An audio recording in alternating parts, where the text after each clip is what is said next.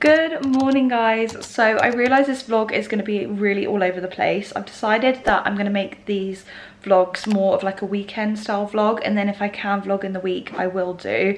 So it'll just be sort of like more of like what's happening in and on my weekend. So I really hope that's okay, but work is super busy. You would have seen a couple of clips either before this one, or I might show them after depending on how I'm editing this video, of me at Clifton House with Mr. and Mrs. Smith, and obviously my new job at the wedding edition. So that was really fun. And then I also had a facial yesterday with the wonderful Stormbell Studios that just opened up in St. John's Wood. So I'll talk a bit more about that whole process when I get back from the gym. But yes, you've heard it right, I have signed up for the gym. I've decided to kind of bite the bullet and not wait for the new gym that is opening up in my area. I'm just going to switch gyms when it's time. But yeah, I decided enough's enough. I really feel super sluggish, gross, and just like I'm wasting my weekends because my boyfriend's working and he's doing his thing and he's gymming because he has a gym at his work. So yeah, I really want to be able to like get back on it, hold myself accountable, and just get into like feeling better about like my body and myself, and just having more energy and putting something back into myself, because I feel like I've been putting all my time and energy into the move and the new job and just like relocating and everything. I feel like I really need to just have some like downtime, especially on weekends, because I still technically work on weekends as well, which is just the nature of social media and the job that I'm doing. So I want to make sure I'm at least taking some time to kind of dedicate to me and my body. So that's what we're going to do. We're going to head to the gym. I'm not going to lie, I am feeling super nervous, but I've decided to bring my trusty headphones. I've got these beautiful Sony headphones for my birthday. I'll link them below because they're amazing. They are fully noise cancelling, so I feel like for me it's just going to really just zone me out, allow me to like focus in on what's important and just like distract myself and just enable me to really switch off. So I'm looking forward to that. I've got a protein shake and some creatine in a shaker ready to go to kind of drink throughout my gym session. And yeah, I really hope that I'm going to be able to just get my mojo back and confidence back with the gym. And yeah, I'll take you along. I'm not going to take you along because I live in the city now and the gym is big. Like, it's a huge gym, so I think I'm going to be a little bit scared when I walk in there, I'm not going to lie. But yeah, I'll let you know how I get on when I get back, and we can have a little conversation, and I'll catch you up on, yeah, everything I got up to. If I end up just going on the treadmill because I'm too scared to do anything else, it's okay, but I really don't want to get into that habit, because it's so easy when you sign up to a gym to just immediately go on a treadmill and just do nothing else because you're too scared to touch any equipment. So I'm just going to be like, right, I'm a newbie, I'm a beginner, taking it right back to like when I first started gymming in like 2017, and just imagine, okay, speak to that girl, that version of myself. Like, you've done so much gymming up to that point, like you don't need to be that much of a beginner, but being a beginner is fine. It's okay to sit in that feeling. So yeah, let's head out. Oh my gosh, I'm nervous, but yeah, I know it's going to make me feel amazing. They have to have stayed in these places, because if you're recommending something to someone and you know you're saying this and that, and maybe it's changed in 2 years, or maybe that person actually doesn't really love doing that much wellness, it doesn't really fit them. It's such a niche area, and you have to get it right. And I mean, we were discussing this in the car on the way, and that, you know, honeymoons are the trip of a lifetime, and they have to be that. So you really do have to get it right. And we didn't touch honeymoons for a very long time, and it was a real missed opportunity, because actually it's a huge market. And also, it's a really exciting topic to write about, because you're kind of going for the best of the best for everything. But why now? Like, tell me a bit about the process that you went through to get to this point. So I suppose for Mr. and Mrs. Smith, our roots are in editorial and romantic travel. You know, it's travelling with your partner. So honeymooning travel felt like the right thing for us to focus on, but also do it in a way where it became part of the planning experience. Printing something out that had just as much care and attention to detail about the textures and the experience of it as planning your own wedding or honeymoon would have was really important to us. So you can admire the quality of the paper. But also, we already have a curated collection of hotels. So how do you choose one of 2,000 hotels for your such an important holiday? So we wanted to put together a list of properties that could really bring a shortlist for you, so that you didn't have to do all that research. For us, it was really important to make sure that we really individualised romance. We think it's different for everybody, whether that is discovering a brand new place with the person that you love, learning a new skill, or being in complete isolation on a beach in the Maldives. Mrs. Smith, in that it actually curates itineraries rather than just hotels. And I wanted to ask you about that. I'm currently organising a road trip to Scotland, and it's one element goes wrong, the domino effect just happens, and the whole thing, is slightly ruined. So I was really intrigued as to how you'd come up with this, and did you work with the teams on the ground, or was it that you selected itineraries that were already there? Could you let everyone maybe know a bit more about it? I think, I think the lawyer, I've got on a beach, and recharge our batteries, fill up our cups. So, but obviously with Mr. and Mrs. Smith, the flying block would be up here. So I wanted to know sort of how you made it, how you gave it an edge, and what was it about all of the properties that you picked, the section that made them so special?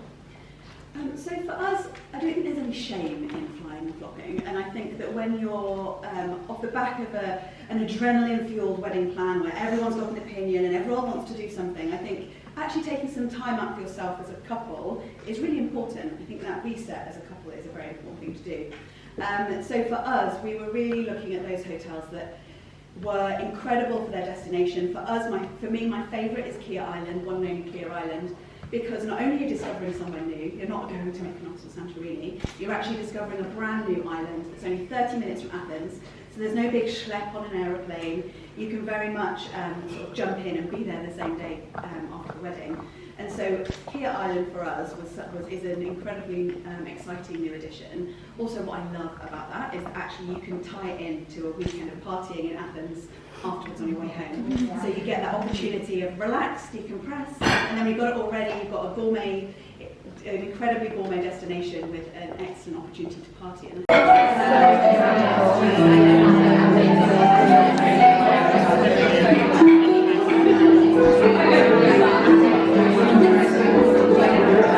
Wine industry.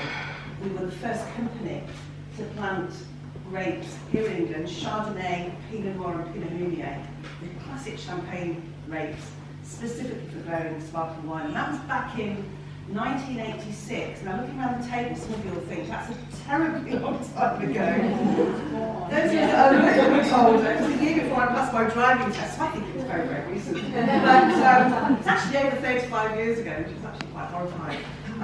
But yeah, and we have a very similar climate and a beautiful, chalk soil here.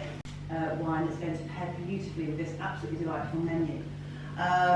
And the first one was very fresh and very citrus, very light and easy to drink. The second one a little bit more pronounced, more autumnal.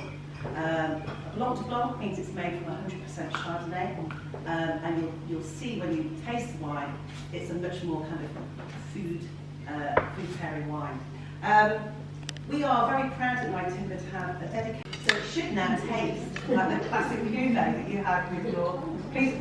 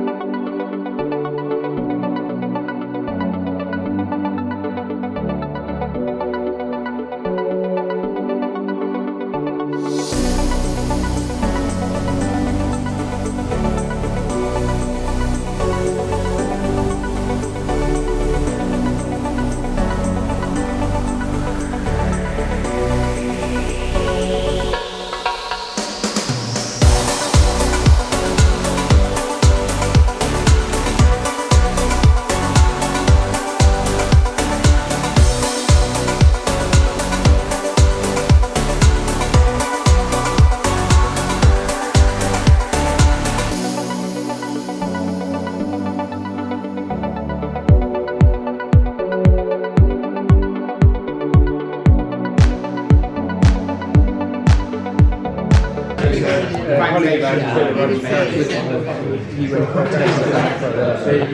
it's got a fillet of beef. It's got a fillet of beef that's been slow cooked, and with it it's served gem lettuce that's been compressed in some herb oil with parsley and chives. A little dressing over the top with some crispy bits of beef fat on it, some chives, and a compound butter, which is kind of like a cafe curry butter, a little bit of curry powder and some shallots and some herbs and bits and bobs for it. Red wine sauces to share between two. If you need some more, don't worry, we have got it. And then you've got some Marmite and Parmesan potatoes, so like Marmite butter that's been blended together, small little meat potatoes that have been roasted in it, some Parmesan, and that's all to share. But again, if you need some more, we can do it. Last course of the evening is treacle tart. So it's kind of like made like a traditional treacle tart with the bread that goes through it, but we use brioche crumb and then it's blended and it's kind of almost cooked a bit like a custard, so it's set, but it's really thick and gooey and rich and toffee-like and delicious. And clotted cream and a little bit of rock salt on the top. That simple, super tasty, like amazing. Again, it just comes down to produce and treated really, really well, which works really well for the Twickenham environment, because when you're trying to do 1,000 people that we're trying to get them all out before we've got a set period of time as well, we can't still be doing so. The game isn't going to stop just because they haven't had their treacle tart yet. Like there's another 85,000 people out there waiting for the game to start. So we have to make sure that it's actually we can make it work. They're not going to delay kickoff. So we do try, and most people are pretty good actually. To be fair, on game day, most people come in pretty early because they want to get the Guinness in and enjoy the hospitality. So it makes it a nice, simple, clean, crisp dessert. Super tasty, works really nicely. This is on the South Africa game. So.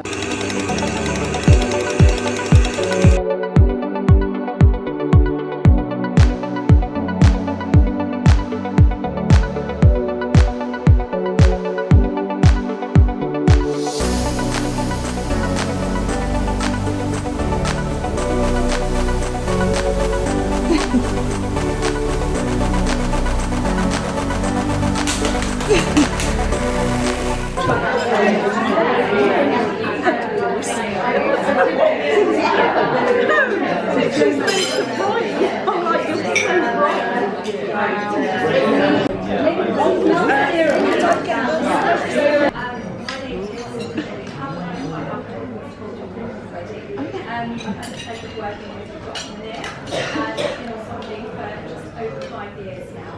And they have been secretly working on their skincare range for almost 5 years now. Right, 5 years now. And so they're going to be telling you about their journey and how they came to concept and develop the range. And for me, having worked in this space for a long time, I'm embarrassed to admit it's 30 years for me. I think it's really interesting to see how the skincare landscape has changed. I think people have gone from having sort of skincare staples to very complicated layered regimes, and it's really exciting because there's some really interesting and innovative technologies and an approach to skincare. I'm from the era where we sort of exfoliated our skin to death and stayed out of the sun. And I think we're beginning to feel the effects of that in terms of our impaired skin barrier.